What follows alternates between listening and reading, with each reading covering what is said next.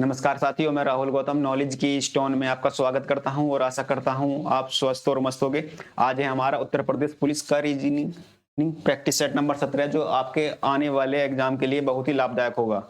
हमारा पहला सवाल है, निश्चित कूट में फॉक्स को एसजे के रूप में लिखा जाता है, ट्रिपल को VGPIMIIMT लिखा जाता है, तो मूवमेंट को कैसे लिखा जाएगा? मूवमेंट को कैसे लिखा जाएगा? तो फोक्स को कैसे लिखा जाता है? फोक्स को एस जे के रूप में लिखा जाता है। तो इन दोनों का क्या हो रहा है? जोड़ हो रहा है।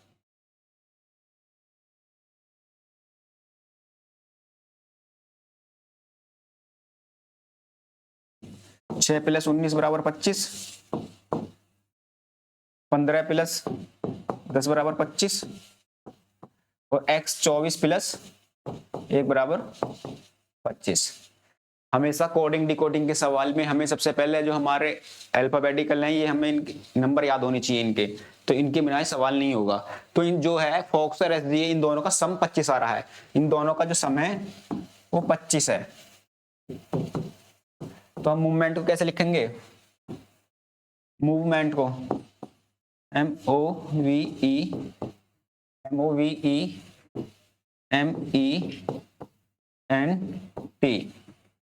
मूवमेंट। M 13 पे आता है, O 15 पे, V 22 पे, E 5 पे, M 13 पे, E 5 पे, N 14 पे, T 20 पे। तो इसमें हम क्या जोड़ेंगे? 12 जोड़ेंगे प्लस 12। इसमें कितने जोड़ेंगे हम? प्लस 10। इसमें प्लस 3, इसमें plus 20, plus 12, plus 20, plus 11, plus 5। तो हमारा क्या होगा? LJCT ये आएगा हमारा LJCTLTKE,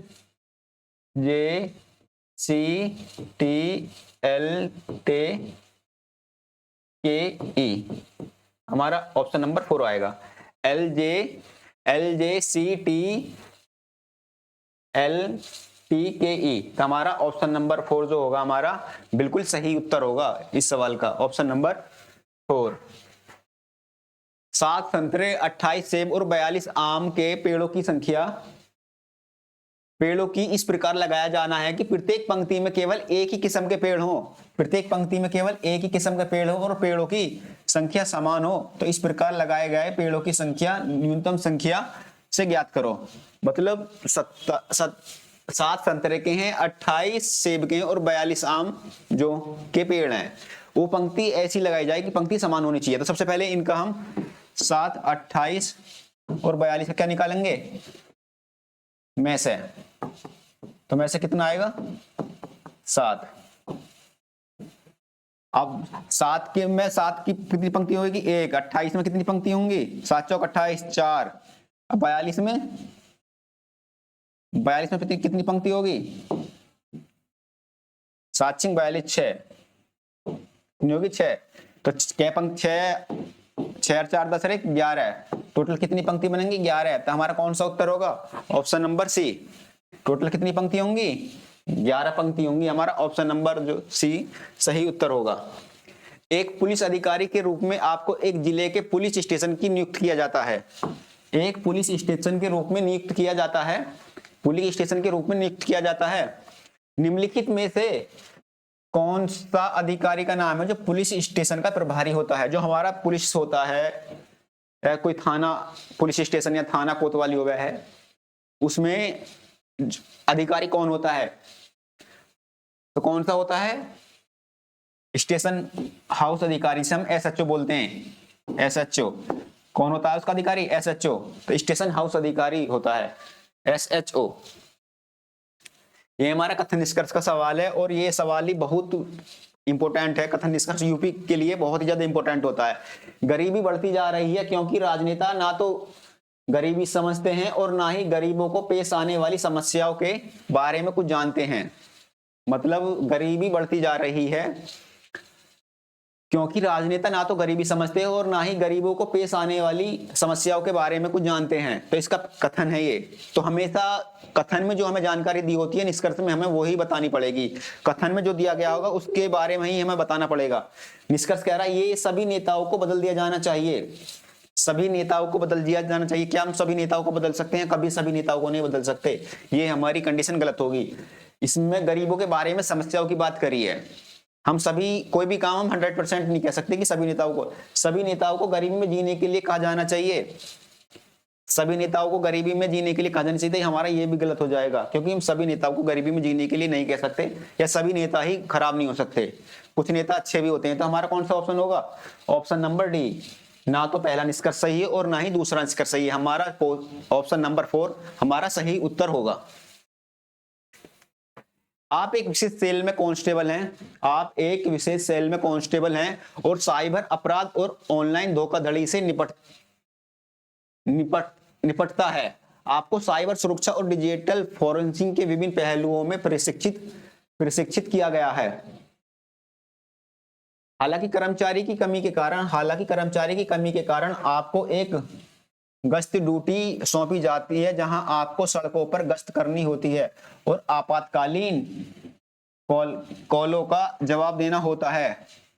आपको यह उबाऊ और नीरस कार्य है जो आपको विशेषता के अनुसार नहीं है। जो मतलब ये जो काम दिया गया है आपको, ये आपकी विशेषताओं के अनुरूप नहीं है, आप इसमें उबाऊ महसूस कर रहे हैं। तो आपको क्या करना चाहिए? आपको उसमें क्या करना चाहिए?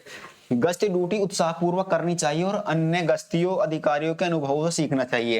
ये पहला है। गश्त ड्यूटी करनी चाहिए लेकिन लगातार छुट्टी लेने के अवसर की तलाश में रहना चाहिए।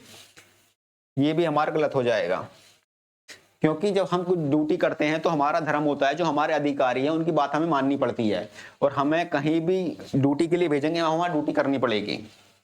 गश्त ड्यूटी अनिच्छा से करनी चाहिए और इसकी शिकायत अपने वरिष्ठ अधिकारियों की सहकर्मियों से करनी चाहिए। ये भी बिल्कुल गलत हो जाएगा क्योंकि हमारे अधिकारियों ने तो लगाया, हम उसकी शिकायत किससे करेंगे?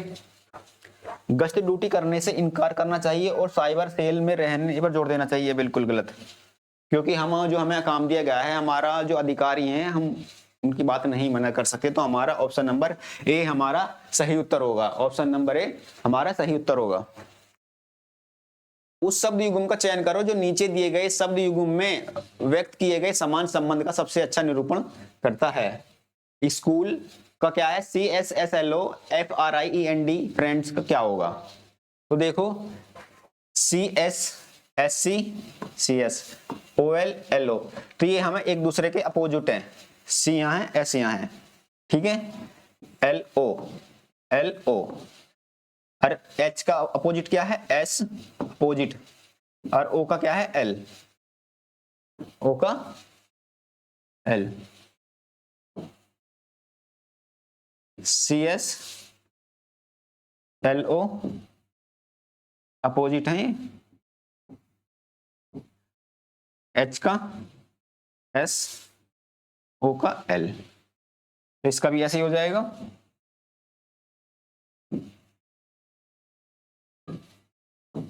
RF DN, E का क्या होता है? V और I का R। FRVN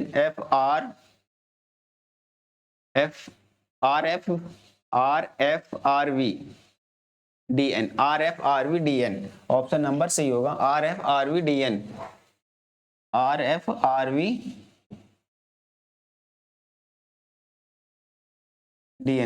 हमारा ऑप्शन नंबर तीसरा सही उत्तर होगा RFRVDN। यदि प्लस का अर्थ है माइनस, माइनस का अर्थ है गुना, गुना का अर्थ है भाग, भाग का अर्थ है प्लस, तो निम्नलिखित समीकरणों में प्रश्न के स्थान पर क्या आएगा? तो भाग का क्या कह रहा है? भाग को किस चीज में बदलना है? भाग को बदलना प्लस में, गुना किस चीज में? गुना है भाग में, माइनस गुना में प्लस माइनस में माइनस गुना में प्लस माइनस में गुना भाग में। तो सबसे पहले हम इसमें बोडो मास का उपयोग करते हैं। तो सबसे पहले क्या करेंगे हम, 5 से 24 बार 24 गुना 2 माइनस 2 पंजे 10 माइनस 5 प्लस 44 प्लस 48 में से 5 48 minus 5 44 plus 43 87। Option number B हमारा सही उत्तर होगा। 87 इज द राइट आंसर। निम्नलिखित श्रृंखला में प्रश्न चिन्ह के स्थान पर क्या आएगा, ये हमारा श्रृंखला का सवाल है। प्रश्न चिन्ह के स्थान पर क्या आएगा निम्नलिखित श्रृंखला में, तो क्या आएगा 13 8 21 प्लस हो रहा है 3 में से 1 गया 2 12 नहीं 3 में से 1 गया 2 2 में 3 में से 2 गए 1 ठीक है 4 में से 3 गए 1 5 में से 3 गए 2 प्लस 21 11 में से 4 गए 7 9 में से 4 गए 9 में से 5 गए 4 47 प्लस के हैं। अब क्या आएगा प्लस के 4 प्लस के 9 प्लस के 16। अभी हमारे वर्ग हैं 1 2 का वर्ग 2 का है 3 का है 4 का है। आगे क्या आएगा यहाँ 2 का वर्ग, यहाँ आएगा 5 का वर्ग, क्या आएगा 25 7 5 12 और 4 7 72। यहाँ क्या आएगा 2 और 1 3 9 7 16 163 नहीं 163 नहीं आएगा रे गलत है 2 और 1 3 और 7 16 162। हमारा कौन सा ऑप्शन होगा ऑप्शन नंबर डी 162 इसका सही उत्तर होगा 162 सही उत्तर होगा इसका। दी गई संख्या प्रत्येक श्रृंखला के संदर्भ लें और निम्नलिखित प्रश्न का उत्तर दें। गिनती केवल बाएं से दाएं की जानी है। ऐसे कितने प्रतीक हैं जिनमें से प्रत्येक के ठीक पहले एक संख्या और एक ठीक बाद में एक अन्य प्रतीक है। मतलब ऐसे कितने प्रतीक हैं ऐसे जिनसे पहले एक संख्या और बाद में एक प्रतीक है। बाद में एक प्रतीक है मतलब लास्ट में 2 प्रतीक होने चाहिए। तो सबसे पहले एक ही हो गया ठीक है एक ही हो गया 2 और एक ही हो गया 3। कितने हो जाएंगे टोटल 3। ऑप्शन नंबर 3 कितने होंगे 3। एक किसान के घर में मुर्गी और बकरियां हैं, उसके सिरों की कुल संख्या 42 है और उसके पैरों की कुल संख्या 138 है। उसके सिरों की संख्या 42 है और उसके पैरों की संख्या 42 है और सिरों की संख्या 42 है और उसके पैरों की संख्या 138 है। तो मुर्गियों की संख्या ज्ञात करो। या तो ऐसा कर लो एक फॉर्मूला होता है L/2 - H। तो इसमें जो हमें बड़े जानवर के पैर निकलते हैं बड़े जानवर के, तो हमारे L क्या होती है लेग कितनी है 138 बटे 2 H में क्या है हेड कितनी 42 2 चिक्का 12 2 नाम 18 माइनस 42 9 में से 2 गए 7 6 में से 4 गए 2। तो ये क्या आया हमारे ये आई हमारी बकरी कितनी है हमारी 27। अब मैं क्या निकालनी है पूछ रहा हूं हमसे मुर्गी कितनी होंगी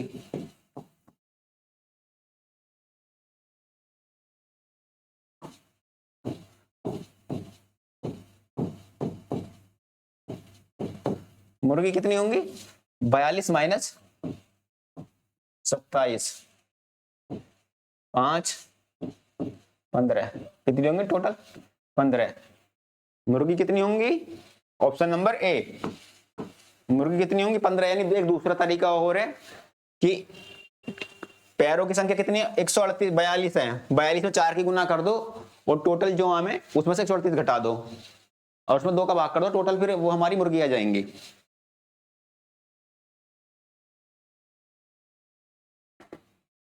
सभी घास झाड़ियां हैं, सभी सैलोगिज्म का क्वेश्चन है ये, न्याय संगत। सभी घास झाड़ियां हैं, सभी जड़ फल हैं और सभी फल फूल हैं। मतलब सभी घास जो हैं, सभी घास झाड़ियां हैं,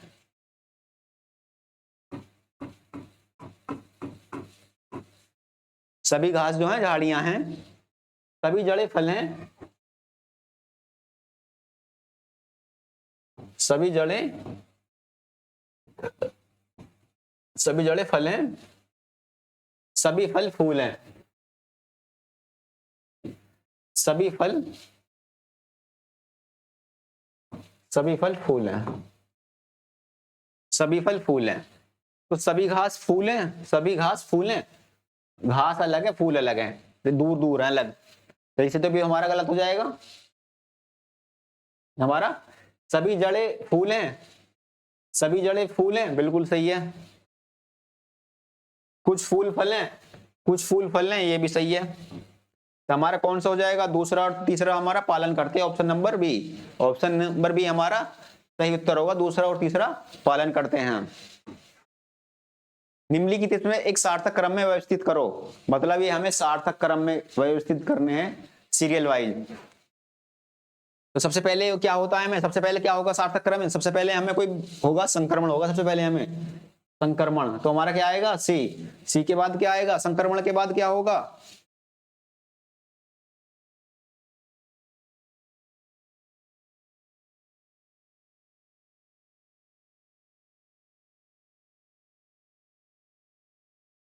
संक्रमण के बाद होएगा हमें रोग, ए सी ए। रोग होने के बाद क्या होएगा? हम ई, रोग निदान के लिए जाएंगे।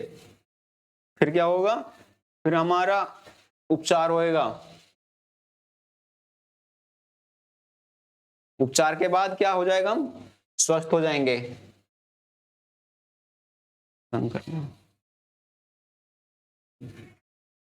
CAEBD, CAEBD हमारा क्या होगा? Option number A, CAEBD। पहले रोग होएगा, उसके बाद हम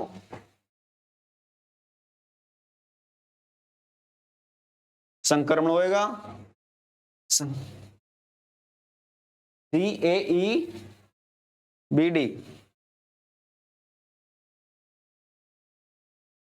एक घड़ी सुबह 5 बजे से 3 बजे तक चलती है, तो बताइए इस समय के दौरान 0 डिग्री का कोण कितनी बार बनेगा? 5 6 7 8 9 10 11 12 1 2 3। 5 से 6 बार क्या बनेगा? एक बार। 6 से 7 बार एक बार। 7 से 8 एक बार। 8 से 9 एक बार। 9 से 10 एक बार। 11 से 12 एक बार और 12 से 1 एक बार, क्योंकि 12 से 1 0 डिग्री कोण एक बार बनेगा और 2 से 3 एक बार। 1 2 3 4 5 6 7 8 9। तो क्या आएगा हमारा? ऑप्शन नंबर बी, 0 डिग्री का कोण कितनी बार बनेगा? 9 बार। निम्नलिखित 4 शब्द दिए गए जिनमें से 3 किसी न किसी प्रकार संगत हैं, तो असंगत का ज्ञात करो। मलेरिया, प्लेग और डेंगू ये हमारे जीवाणु से होने वाले हैं और हमारा टिटनेस इनमें अलग हो जाएगा, टिटनेस विषाणु से। तो हमारा कौन सा होगा? ऑप्शन नंबर ए हमारा सही उत्तर होगा। 5 व्यक्ति P Q R S और T एक पंक्ति में उत्तर की ओर अभिमुख होकर बैठे हैं। बाएं छोर से दूसरे स्थान पर कौन बैठा है? बाएं छोर से दूसरे स्थान पर कौन बैठा है? कथन पी टी के बाएं बैठा है, पी एस के बाएं बैठा है, कथन टू पी और क्यू के बीच में केवल टी बैठा है। तो क्या है, उत्तर की ओर मुख करके बैठे हैं, उत्तर दिशा में होकर, बाएं छोर से दूसरे स्थान पर कौन बैठा है?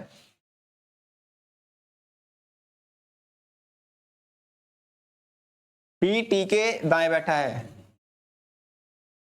टी के बाएं, टी के बाएं कौन बैठा है? पी। टी के दाएं बैठा है पी, पी एच के बाएं बैठा है, पी जो है एस के बाएं बैठा है, ठीक है। पी और क्यू के बीच में टी बैठा है, पी और क्यू के बीच में टी बैठा है।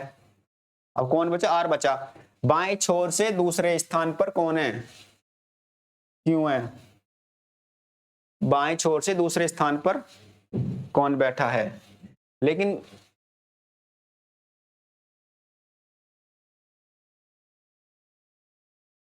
तो अभी देखो, अभी जो हमारा आर बच रहा है, अब इसकी हमें पता नहीं है ये राइट में आएगा या लेफ्ट में आएगा, ये इसलिए पूरी नहीं है। तो इसमें क्या आएगा? एक और दोनों एक साथ पर्याप्त नहीं है, एक और दो एक साथ पर्याप्त नहीं है, क्योंकि अभी हमें आर की तो पता ही नहीं है इसमें कि आर किधर बैठेगा, लेफ्ट में बैठेगा, लेफ्ट में, राइट में, किधर आना है। तो इसमें अभी हम पहला और दूसरा पर्याप्त नहीं है। दिए गए प्रश्न में वर्गों की संख्या ज्ञात करो। 1 2 3 4, 2 3 4। अब कर दो 1 का स्क्वायर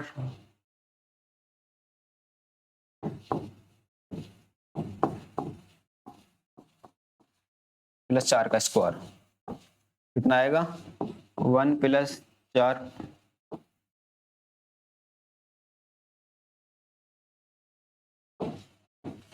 2 का स्क्वायर, 3 का स्क्वायर, 4 का स्क्वायर, 4 प्लस 9 प्लस 16, 9 4 13, 14 16 30, 30 आ गए। 1 2, 2 ये हो गए, 2 ये हो जाएंगे, 2 ये हो जाएंगे, 2 ये और 2 इधर कोने पे, 2 4 6 8 प्लस 8 और जुड़ जाएंगे, टोटल कितने हो जाएंगे? 38। ऑप्शन नंबर कौन सा हो जाएगा? ऑप्शन नंबर डी, हमारे टोटल 38 हो जाएंगे। ये हमारा लुप्त पद का ज्ञात करना है। लुप्त पद ज्ञात करो। 8 प्लस 4 प्लस 12 प्लस 2, तो कितने होंगे? 8 4 12 24 2 26 बटे 2 कितने हो गए? 13 16 प्लस 8 प्लस 24 प्लस 4, 24 4 20 20 20 24 24 और 12 40 और 12 52, 52 बटे 2 कितने हो जाएंगे? 26। अब कितना है? 14 प्लस 22 प्लस 2 प्लस x बटे 2, तो क्या आएगा यहाँ? 14 14 24,